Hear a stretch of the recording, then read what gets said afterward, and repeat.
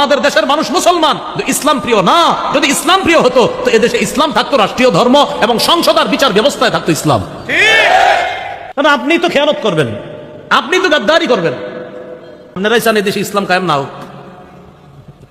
যদি না চান তাহলে এই দেশে মুসলমান 90 ভাগ, এর পরেও কেন আমরা পিছিয়ে থাকি বলেন? এই জন্য আমি বলি কি জানেন, আমাদের দেশে মুসলমান বেশি কিন্তু ইসলাম প্রিয় কম। কি বললাম বলেন তো? বলেন কি বেশি? মুসলমান বেশি, কি প্রিয় কম? ইসলাম প্রিয়। আমাদের দেশের মানুষ মুসলমান বেশি কিন্তু ইসলাম প্রিয় না। আমাদের দেশের মানুষ মুসলমান কিন্তু ইসলাম প্রিয় না। যদি আমাদের দেশের মানুষ ইসলাম প্রিয় হতো তাহলে এ দেশের আগামীর সরকার হতো ইসলামের সরকার। আসলে ঠিক তো? তাহলে ইসলামের সরকার গঠন করে দেখা দেন ইনশাআল্লাহ। এটা তো মাঠের বাইরে গেলে ভুলে যাবেন। আপনি তো খেয়ানত করবেন, আপনি তো গাদ্দারি করবেন। খেয়ানতটা তো আপনার দ্বারাই হবে। আপনি যাকে দায়িত্বশীল বানাচ্ছেন, 4টি বিষয় তার পক্ষে আপনি বলতেছেন। 1 নাম্বার, যে ব্যক্তিকে আপনি দায়িত্বশীল বানালেন আপনি তার পক্ষে সাক্ষী দিলেন। 2 নাম্বার, যাকে দায়িত্বশীল বানালেন আপনি তার পক্ষে সুপারিশ করলেন। 3 নাম্বার, যাকে আপনি দায়িত্বশীল বানালেন আপনি তাকে গরিব মানুষের প্রতিনিধি বানালেন। 4 নাম্বার, যাকে আপনি দায়িত্বশীল বানালেন তার সমর্থন করে আপনি আপনার আমানতটা এখানে প্রয়োগ করলেন। এবার বলি, 1 নাম্বার, যাকে দায়িত্বশীল বানালেন তার পক্ষে আপনি সাক্ষী দিলেন।